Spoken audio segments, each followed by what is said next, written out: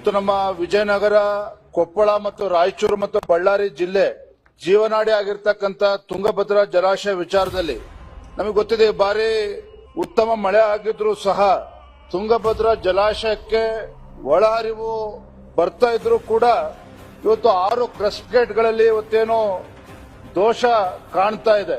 ನಮಗೆ ಗೊತ್ತಿದೆ, ಕಳೆದ ಆಗಸ್ಟ್ನಲ್ಲೂ ಸಹ 19ನೇ ಕ್ರಸ್ಟ್ ಗೇಟು ಮುರಿದುಕೊಂಡು ಹೋಗಿರ್ತಕ್ಕಂಥ ಘಟನೆ ಕೂಡ ನಾವು ನೋಡಿದ್ದೇವೆ.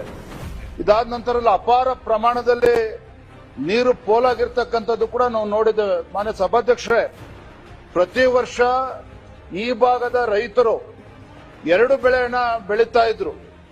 ಆದ್ರೆ ಈ ಸಲ ಅನಾಹುತ ಆಗಿರ್ತಕ್ಕಂಥ ಕಾರಣದಿಂದ 1 ಬೆಳೆಗೆ ಇವತ್ತು ರೈತರು ತೃಪ್ತಿ ಪಡ್ಕೊಳ್ತಕ್ಕಂಥ ಸಂದರ್ಭ ಸೃಷ್ಟಿಯಾಗಿದೆ. ನಾನು ಇವತ್ತು ಎತ್ತಿರ್ತಕ್ಕಂಥ ಪ್ರಶ್ನೆ ಏನು, ಕ್ರಸ್ಟ್ ಗೇಟ್ಗಳನ್ನ ತತ್ಕ್ಷಣ ಅಳವಡಿಸಬೇಕಾಗಿತ್ತು.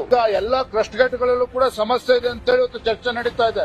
ಆ ಭಾಗದ ಶಾಸಕರಾಗಿರ್ತಕ್ಕಂಥ ಜನಾರ್ದನ್ ರೆಡ್ಡಿ ಅವರು, ಅದೇ ರೀತಿ ನಮ್ಮ ಶಿವರಾಜ್ ಪಾಟೀಲ್ ಅವರು, ದೊಡ್ಡನಗೌಡರು ಎಲ್ಲರೂ ಕೂಡ ಇದನ್ನು ಚರ್ಚೆ ಮಾಡಿದ್ದೇವೆ. ಆ ಭಾಗದ ರೈತರು ಕೂಡ ಇವತ್ತು ಆತಂಕದಲ್ಲಿದ್ದಾರೆ. ರೈತ ಮುಖಂಡರು ಕೂಡ ಬಂದು ಇವತ್ತು ಮನವಿಯನ್ನು ಕೊಟ್ಟಿರ್ತಕ್ಕಂಥ ಸಂದರ್ಭದಲ್ಲಿ ಈ ವಿಚಾರದಲ್ಲಿ ಸರ್ಕಾರ ಏನ್ ಕ್ರಮ ಕೈಗೊಳ್ತಾ ಇದೆ, ಯಾಕೆ ರೈತರು ಆತಂಕದಲ್ಲಿದ್ದಾರೆ, ಈ ವಿಚಾರದಲ್ಲಿ ಸರ್ಕಾರ ಸರಿಯಾದಂತ ಉತ್ತರ ಕೊಡಬೇಕು.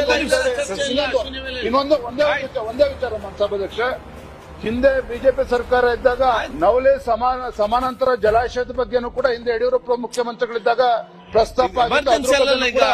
ಸರ್ಕಾರ ಉತ್ತರ ಕೊಡಬೇಕು ಅಂತ ತಮ್ಮ ಮೂಲಕ ನಾನು ವಿನಂತಿಯನ್ನು ಮಾಡ್ತೇನೆ.